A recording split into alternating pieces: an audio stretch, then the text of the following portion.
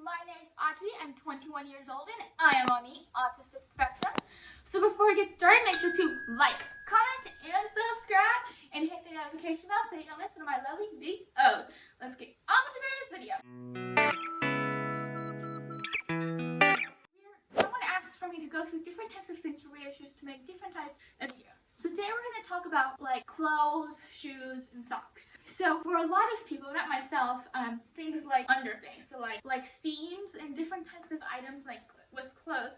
So you might not want to have, so they may prefer leggings. So these leggings, if you can see, they're black, so you can't really tell.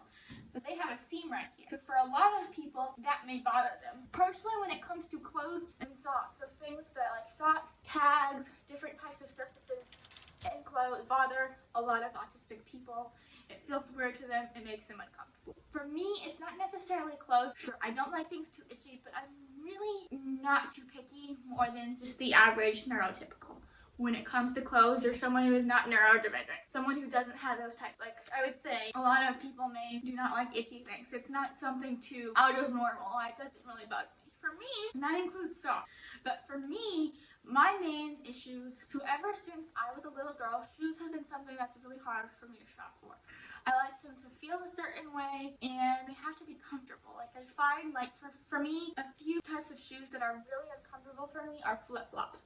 So I only have one brand of flip-flops that I'll even wear. I don't like how they don't have a nice cushion on them. They're not supportive at all. I have a somewhat of a high arch, so for me, I do not like wearing those flip-flops. So I have one brand of flip-flops that I will wear, and that is the only flip-flop I will wear. And I will also wear Birkenstocks, but other than that, I won't wear flip-flops. So I like UFOs, so if you have hard to fit, if you are really picky and do not like the brand of flip-flops, I like the brand UFOs. I will leave one of them down below. I like them because they feel like they're supporting and they kind of hug the foot, like you don't feel like you're on nothing. So you don't feel like you're just like unsupported. Sometimes things like sneakers can be really hard for me, boots, just trying on different types of shoes, like when the seasons change. So sometimes from like summer, like winter to summer, wearing things like flip-flops are actually really hard for me, and the same from like summer to fall to winter when you're starting to wear closed-toe shoes like boots and things. So ever since I was young, I would go shoe shopping, and it would often take hours. One, I have really hard to fit feet because one of my feet actually is smaller than the other foot. So I have a little bit of a size difference in one foot. So that's one. I also have a higher arch than normal, so that's something that does affect me. So typically when you go to shoes, you'll go to places like Target, different places. Typically those types of brands, or those cheaper brands of shoes that you may get at Target or like Walmart, they're not very supportive and comfortable. They're cheaply made, so I find them really to be uncomfortable for me. And also with having two different size feet and a high arch, it's just not comfortable.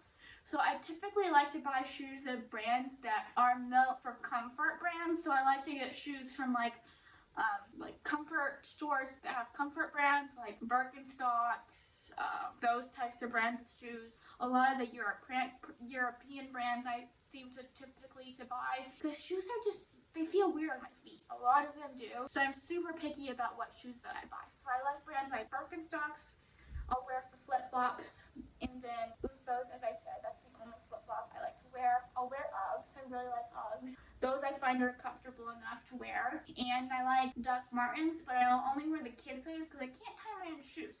And Doc Martens and the kids ones, they go up to like, I think a size 8 is the highest you can make an adult to kid sizes. I think I wear a 5, and that would be a 6 if you would want that to get them. So I wear a 5 kids. So I'll get those because it has a zipper, and then I'll wear regular Uggs. And I I have a pair of Hush Puppies I like, but those feel weird.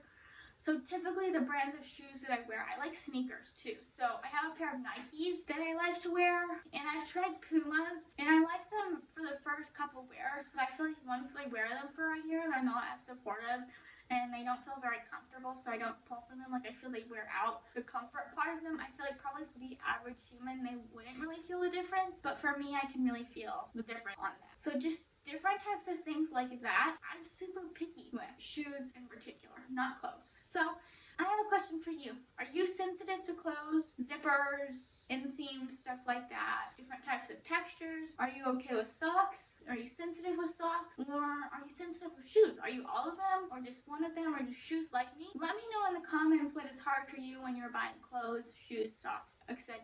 Which are those that you really challenge finding things that are comfortable. So I hope you guys enjoyed today's video. Make sure to like, comment, and subscribe, and hit the notification bell so you don't miss my lovely videos. Bye guys, I will see you guys next week. Have an amazing day.